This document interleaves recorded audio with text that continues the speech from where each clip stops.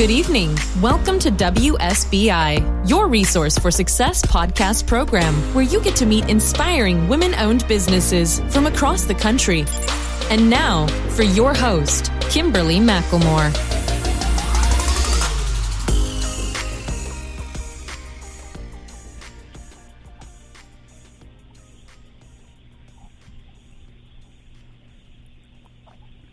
Okay, good evening and welcome to WSBI, your resource for success podcast program, where you get to meet inspiring entrepreneurs and women-owned businesses from across the country.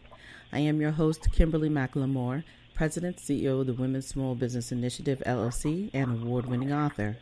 Tonight's show is partnered with ADP, the go-to place to better build and manage your business. And welcome to another night of sharing. With us, we have a special guest, Miguel Leo.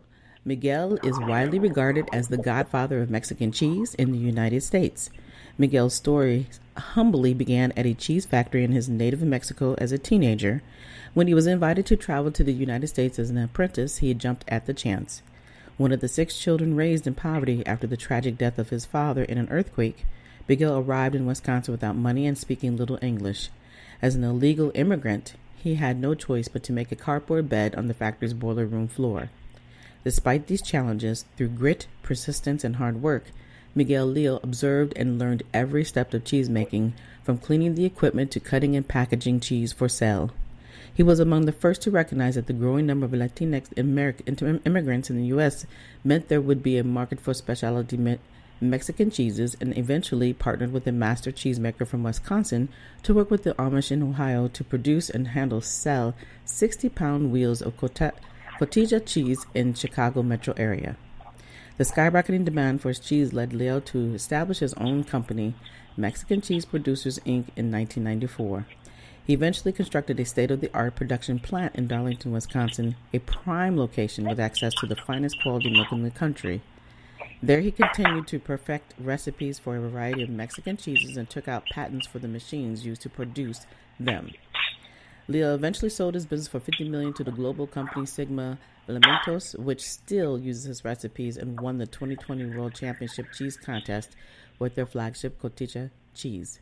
So without further ado, please help me welcome to my platform, Miguel Leo. Hello, Miguel. How are you? Hi, hello. How are you? Thank you for inviting me to your show. Oh, it's my pleasure. I really appreciate it.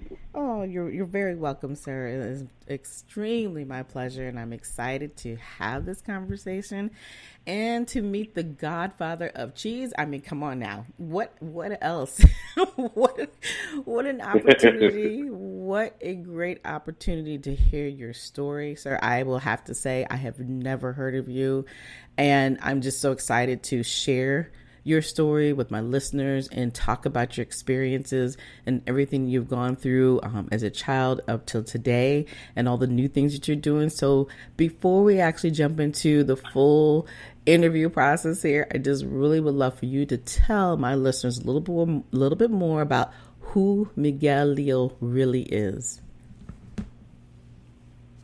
Yeah, thank you very much.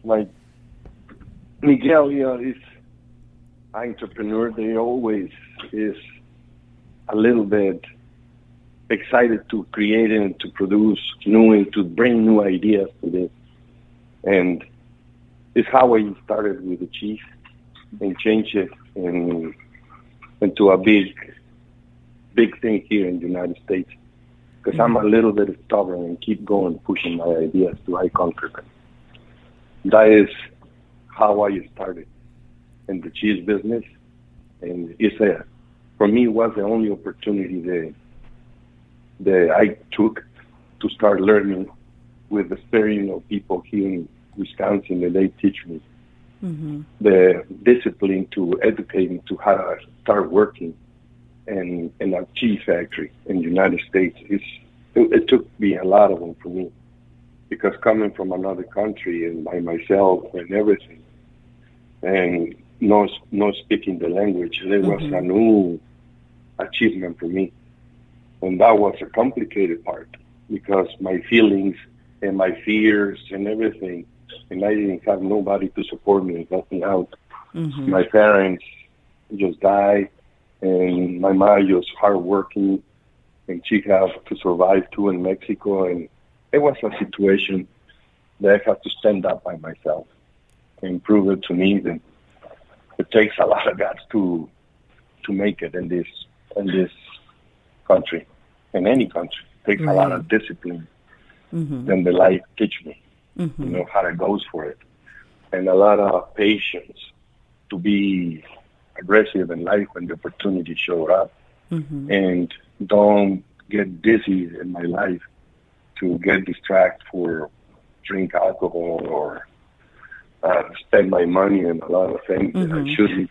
I save all my money and start planning every detail for the next step that I was going to do. I mean, those things, they really helped me out for me to stand up, to achieve everything that I conquered here in the United States. And more or less, I have a good teacher. Is the same life. I call them University of Life. Yes. I am graduated, and I have probably a master's degree on it. And because I really do pay attention in life, it's hard for me to read, and I wasn't a good student in that time, and that made me kind of like pay more attention to everything, and I knew that I have a little bit disadvantage, but I know that my creativity and me always is pushing to get better.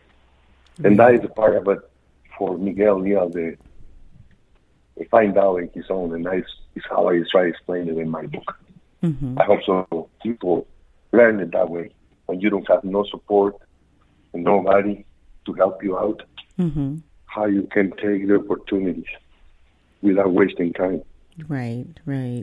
And with you at such a young age, the hardship that you had to go through, like I said, it's one thing from having to come from another country and then have to come here to the U.S.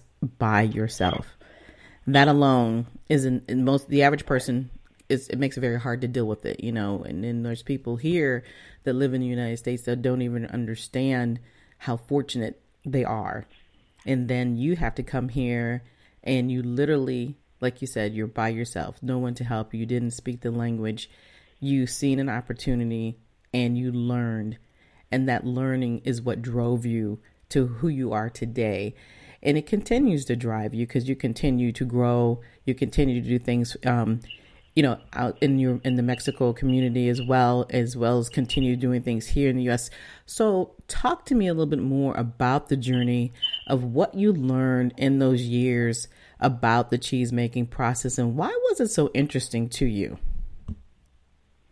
Yeah, when I was in Mexico learning, and I expected more or less, well, I never went to America before. I don't know how the American people was. But the cheese factory that I was in Mexico was supposed to be a nice factory. But when I showed up in the United States and I see the difference in how the people is organized and how the milk is, the people and here is proud to have the best milk. And Mexico is a little bit different because they cheat in everything. Wow. They put, in the milk, they put water on it to dilute it, and they put a lot of more stuff on it to sell. I mean, the same milk, you don't know, they kind of like adulterated putting water on it. And in Wisconsin, the farmers are very proud to have a best quality milk. The fatter the milk it is, the better, the richer it is for the cheese too. Okay. And in Mexico, it's kind of like it's a little bit different, but it's hard to learn, and I was learning, but that gave me the advantage to have two different kinds of worlds that how to make different kinds of cheese. I learned in the United States, the Klondike cheese and the Bullholzers. I mean, they are excellent people to the ones I learned from it, and they teach me to make Monterey Jack, cheddar cheese, Munster cheese, mozzarella cheese, Colby cheese. Well, I learned quite a few different types of cheese, how to make it. And it's how later on life gave me the opportunity for me to go with Dave Webster, my partner, and win a contest with the Amish. We compete with 5 different people, cheese makers all over the United States, and we win the contest. And they give you the opportunity for us to start making. And it's why I was really excited. I was patient.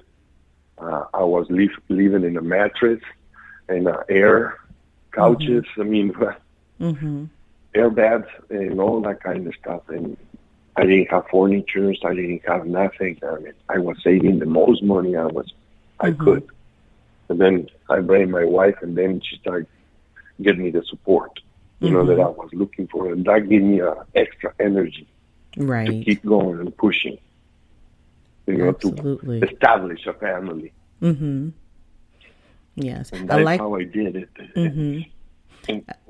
And I think, you know what, when you are from another country and you don't have nobody to lean on it, like your parents to support you and everything, you see the opportunities a little bit different than the people are already here have the support. They don't take over. They don't go after the aggressiveness. They keep going drinking and partying, wasting time that it shouldn't, And it's okay to have fun, but don't lose your focus. Right. Right. That's what I learned. And I love what you just said, but the thing that stood out to me the most is I love the word patience. You talked about you had to be patient in how the learning process and understanding, and you gave up everything in order to build this empire. And that's what it takes, with the patience that you had, the learning process. And I agree with you that when you were coming from a different country and you're coming here and you see the opportunity that we here takes, like I said, it's we take it for granted that because we know we have opportunities, it's easy to fall down. It's easy to get back up. People are always there for you when you're already a part of the country. We see this happen every day. And, there's that constant attitude of, somebody needs to help me. We don't have enough of this. You have more opportunities today than we've ever had in many, many years. So when you hear stories like yours, becoming a success, one thing I get tired of hearing from other people is what they can't do. Listen and learn and realize what you can do. And it doesn't matter where you come from. It's about where you're going to. And you ran. You didn't just crawl and walk. You actually ran from the beginning of your story. You know what I mean?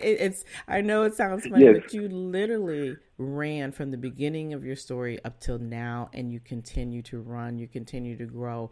So let's move a little bit further into this conversation about what you sold the business for $50 million. So what have you done and what are you doing now and continuing to do since you've sold the actual business, the cheese factory business? Yes. After I sold my cheese factory, and I had a very bad disappointment in my life because everything that I was fighting for and achieving for my family and the whole 9 yards fall apart.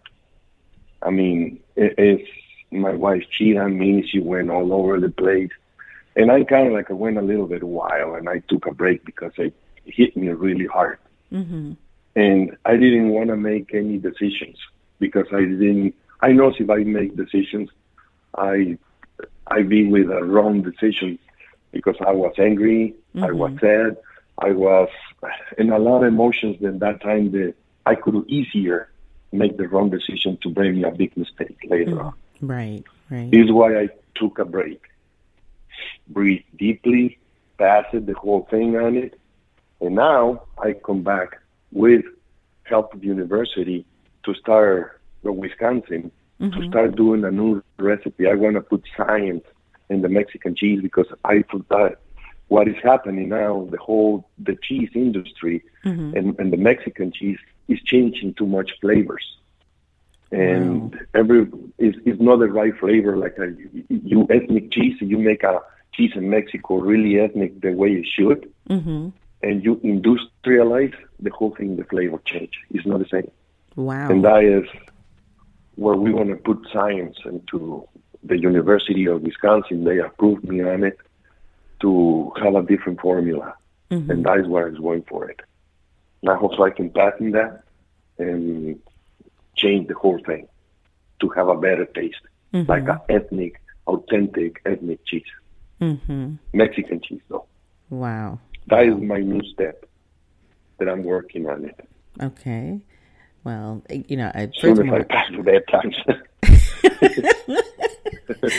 Oh my goodness. Well, first of all, I want to say, I'm so sorry to hear about your personal story there, and it's unfortunate that it has to happen. It happens to people, and it's very unfortunate it happened to you. Like you said, earlier in your story, you were talking about how important family was to you, and having a wife that understood who you were, and you being able to obviously support for that family. So I do apologize, and that you had to go through that, and it's so unfortunate that when you're trying to reach something in your life and a goal, that when you think you have the support, that you don't always have the support that you really want from those individuals. But like you said, you did a great thing by taking a step back, giving yourself the time that you needed to grieve, because it is a grieving process. Anybody who's gone through divorce, I know, been there more than once. So, it's like, you get angry. You're frustrated. You're trying to understand how do you even get there, right? And so I absolutely understand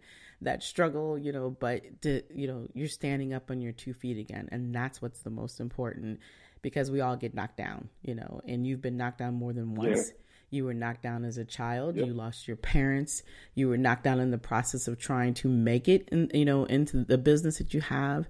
So you've been knocked down on more than one occasion. But the most important part is always about how do you stand back up to retrieve yourself, to get back out there and do the things that you love.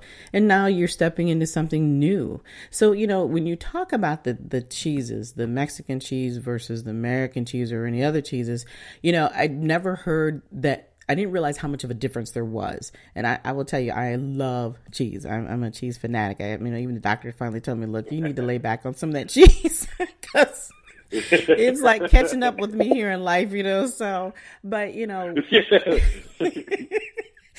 start to think about it, but I just love my cheese, and I'm a big cheese and wine person, that type of thing. And sometimes just for me to have cheese, it's a meal. It's really become a meal for me because I really enjoy it. And blue cheese, I will tell you, is my favorite. And then there's a couple other ones that I like. But explain, why is it so significantly different compared, just a little bit? You don't have to get too deep into, because I know some of the things that you're doing is very important, in that these are the things that we will learn later on in life. But why is it so unique compared to other cheeses, and to keep it so authentic? Why is it so important to you? For me, it's really it's important to have the authenticity of the Mexican product, or the flavors. That way, when you make a dish and the chef is making a dish, tastes the same in any place. That is the problem of the cooking and with the cheese, because it's not the same flavors all the time. And aging cheese and really aged cheese, what is Monster cheese or any other kind of cheddar, all those products, they need 21 days to the cheese start breaking the point to start melting pretty good. Oh, wow. And takes a little bit of time. But Mexico, they have another cheese that doesn't melt. And that is the one they sell the most of it. And that is queso fresco and panela cheese. The queso fresco is a topping cheese that crumbles in your hand, and it really makes the taste of the food a little bit cheesier, milkier flavor. And the panela cheese, you can put it in soups, in salads, in a lot of stuff. Chew it up and doesn't melt neither. And that is a really healthy cheese, because it's not that much fat on it. Right. They skim that way. The cheese is no fat; it's just pure protein, and that is what the doctors recommended. To use it. All the melting cheese, all the American cheese, they taste great, but they are pretty fatty. Right. And that is how the taste comes from. The fat of the cheese. Mm-hmm. The fat is the ones age and make the cheese change flavor. Oh, okay. Now that makes sense. Mm-hmm. No wonder the doctors are on me all the time. Okay, see, now I know the secret. Okay, now I understand. But it's pretty interesting. The process is so interesting, and it doesn't. I guess a lot of times when we're eating and buying things, we don't think about the process and all the steps it takes to have that fabulous cheese that we're, eating every day. So it's really good to have a little understanding of what you have to go through to ensure that everything is authenticated and that, we're getting a great product. And so, I just love the spirit that you have inside of you about what you're doing and why you do what you do. So I always ask my business people, what advice would you give to someone who wants to come into business? Doesn't necessarily have to be the same as you're doing, but what would you tell them? A young kid, they want to start on it? Anybody who wants to start a business, what would you tell them? They're really concentrated in the first ideas. You want to have a bunch of it, but choose the first one that you are good in, the best of you, and go for it, for that one. Don't try to jump in another one, and another one, and another one. You pick the one you choose, and you finish it till you conquer something. Don't quit in the middle, because it's going to happen and jump another. It's a lot of obstacles that's coming to you that you need to start dealing with. Don't give up right away, Right. And see your idea that you're doing is acting and moving productive way. If not, you have the wrong one. I don't know if I explain myself. If your idea is not achieving where your goals are, is not generating the money, it's stuck in one spot. Sometimes it have the one idea, it have a limitation on it, that you need to recognize it. You have to be focused. Is why very, very important to be focused and concentrated and pick which one idea is achievable from you. That way you don't waste time. Absolutely. Absolutely. Yeah, I agree with you. And that is very important, because you pretty soon you start working in something and it was the wrong idea. You couldn't say that. How you want to find out? If in a couple of years or didn't move and didn't generate the money that you was looking for, then don't stuck in that. You need to start motivating your idea to start moving in a different direction, to go farther. Right. And a lot of people quit that way. Before they not looking for another option, they quit and they change it. I don't know if you... Right. I will say to the people, to the new people, is that choose your idea and be patient. Yes. And be physical, mentally, and the best of you. Don't make any... physical, that means you have a physical condition, because for do anything, you need to have a physical condition. You need to start young your own business and start young your everything, because you have your energy on you. Sometimes when you are too old, it's good idea, but you need to have everything on you. It's harder when you start getting too old. Right. To conquer everything on it. So you don't do it and organize yourself earlier, if you're wasting time, you want to see yourself in the mirror and say, fuck, I'm wasting time so bad. Right. Yes. Well, I tell you, that's definitely some good advice. And I love that you said, basically, stick to the one thing that you really want to do, the one thing that you love, and watch it grow. And that's the key, the patience. Yes. You said it again. The key word is having patience. Yes, absolutely. Because you're right. It's so many opportunities today where, people can become an overnight success because they want everything right now, but they don't look at the longevity piece of it. They don't think about what is it going to take for them to get past that moment, as I call it, the courtship, then you have the honeymoon phase. Once they get past the honeymoon phase, most people don't last, in business or in anything that they do. So, I definitely agree with your assessment, and absolutely appreciate your knowledge and everything you shared with our listeners tonight. And the one thing I would like to ask for you is, tell people how they can reach out to you or learn more about who you are, Miguel, and the products and services you may provide or the things you're doing in the future. Could you provide some information? Yes, it's an Instagram. The Cheese Guy Success is my Instagram, and my webpage is www.thehouseofthecheesebuilt.com. Okay. That's great. And we'll definitely have this information in the show notes so people can, they don't have to write it down or try to remember. But again, that's for Instagram, it's at Cheese Guy Success. And then, of course, for the website, it's thehousethatcheesebuilt.com. So for those who are listening, please, hear the story again. Take really good notes. The thing I love about this show is that I bring on people who are not just successful. It's not just about where they are or who they are today, but it's about the story that they're sharing, the nuggets that they're providing. I call it pink nuggets. Of course, some people like to use the word gold nuggets, but for me, it's the pink nuggets that we're providing to those who are trying to understand what it takes to become a business owner, to become not just a business owner, but a successful business owner. And a lot of it is time. Time and patience is really what it boils down to. And you've heard it from the best today. Miguel, it has been such a pleasure to have you on the show today. And I'm looking forward to hearing you, hopefully, and being able to communicate with you in the future. Because I think I heard you say something about a book, possibly. Did you say something about a book? Yes, my book is coming out. It came 3 days ago. Okay. I started doing it, and it's pretty cool, my book. What's the name of your book, Miguel? Book. The House and the Cheese Built. Okay. That's the name of my book. Okay. And where can we find the book at?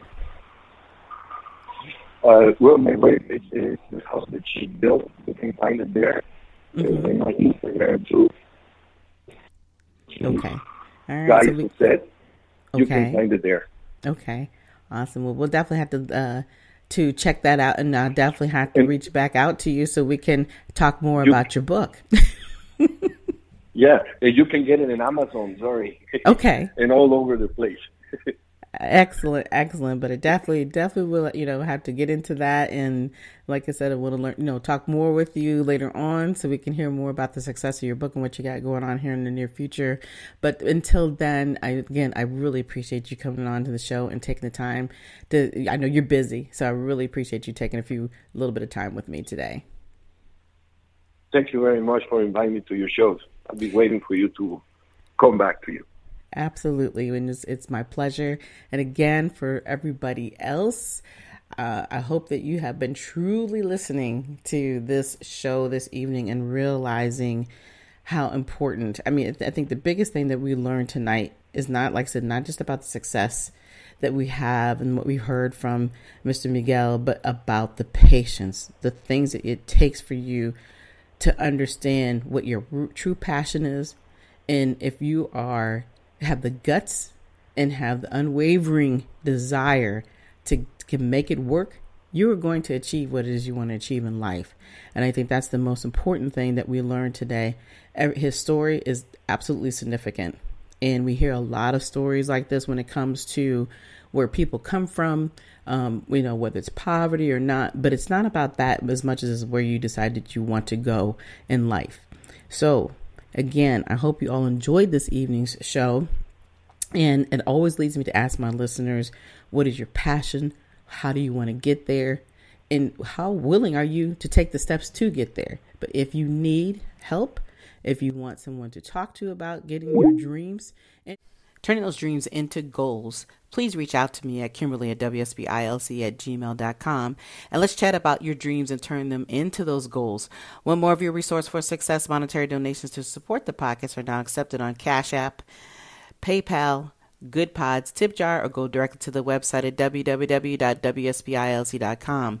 And to learn more on how to better leverage your business, ADP has identified 5 primary challenges: hiring, financing, access to growth resources, employee experience, and access to payroll and HR tools.